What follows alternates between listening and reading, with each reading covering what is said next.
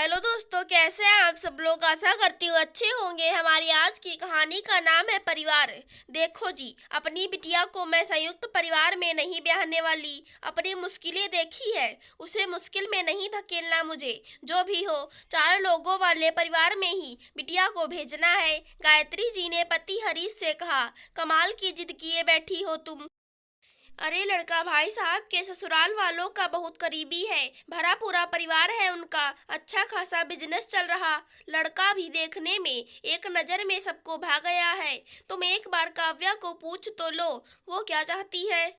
अपनी सोच को उस पर थोपने की कोशिश सही नहीं है, हरीश जी ने कहा। बहस ज्यादा बढ़ते देख हरीश जी काव्या को कमरे में बुला कर लाए और इस रिश्ते के बारे में बताने लगे।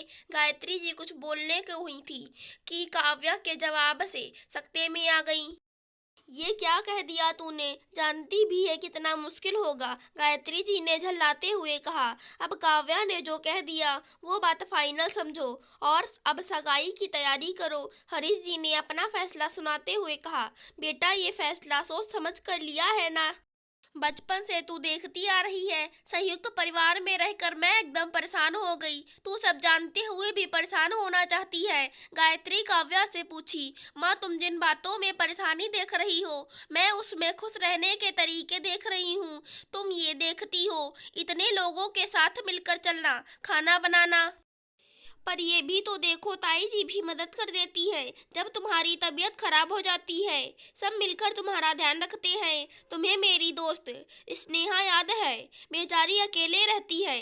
एक तो जॉब और फिर घर के हजारों काम, मेड आकर काम कर जाती है, पर और भी तो काम होते हैं। वो कहती है अकेले थक जाती हूँ यार, लगता ससुराल में सबके साथ रहती तो अच्छा था, कम से कम लोग तकलीफ तो समझते। यहाँ तो खुद ही सब करना और समझना पड़ता है। तुम भी तो चाहती हो मैं अपनी जॉब करती रहूँ, तो उसके लिए उन लोगों ने हामी भर दी है।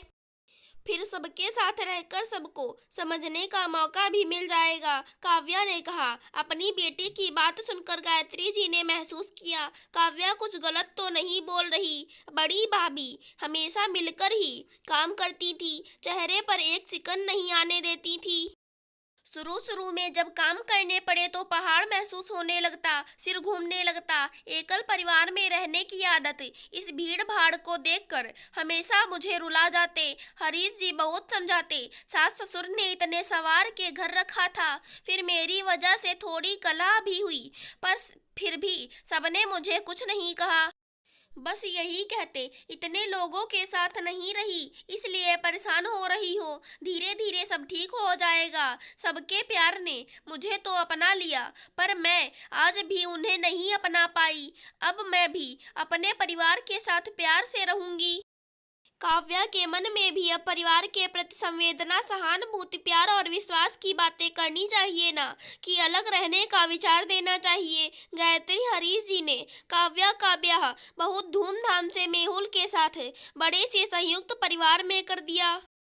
गायत्री जी बेटी की बात समझकर मान तो गई थी, पर अभी तक तो यहाँ बेटी थी, बहू वाली जिम्मेदारी से परे। यहाँ मन मर्जी से रहती थी, पर वहाँ बहू बनकर जिम्मेदारी निभाने की बारी आई तो पता नहीं इतने बड़े परिवार में कैसे सब कर पाएगी, सोचकर परेशान हो रही थी। गायत्री जी का ये भ्रम भी उस दिन टूट गया जब काव्या पगफेरे के लिए घर आई तो सबने जल्दी आने के लिए इतना कहा कि काव्या ज्यादा दिन रुक ही नहीं पाई। तब काव्या की सासू माँ ने हंसते हुए गायत्री जी से कहा, बहन जी, काव्या हमारे घर की बहू है। हम सब उसे इतना प्यार और मान देंगे कि एक दिन वो आप सबको भूल जाएगी, फिर तो अपनी बेटी से मिलने आपको आना पड़ेगा। कोई भी माँ अपनी बेटी का ब्याह करते वक्त यही तो सोचती है समधन जी, कि उसकी बेटी को मायके से ज्यादा ससुराल में मान सम्मान और भरपूर प्यार मिले। आपने ये कहकर मुझे धन्य कर दिया, गायत्री जी ने समधन का हाथ पकड़कर कहा। जाने से पहले काव्या गायत्री को अलग लेकर गई और बोली, माँ, बहुत नसीब वाली हो जो ऐसा परिवार मिला है। वादा करो कि अब कभी अपने परिवार के खिलाफ ना सोचोगी, ना पापा से बोलोगी। जो हमें हमारी कमियों के साथ दिल खोल कर अपनाए और भरपूर प्यार दे। ऐसे परिवार का साथ मिलता रहे तो कोई परिवार कभी ना टूटे।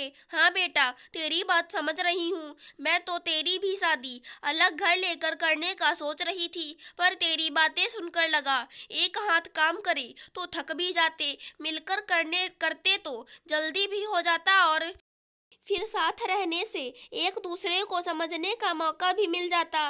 गायत्री जी ने कहा। काव्या माँ को परिवार की अहमियत बताकर अपने ससुराल चली गई। गायत्री जी ने भी अब सबके साथ मिलकर खुद को खुश रखने का संकल्प लिया और साथ मिलकर खुशी खुशी रहने लगी। अगर हमारी आज की कहानी पसंद आई हो तो चैनल को सब्सक्राइब करें। धन्यवाद दोस्तों।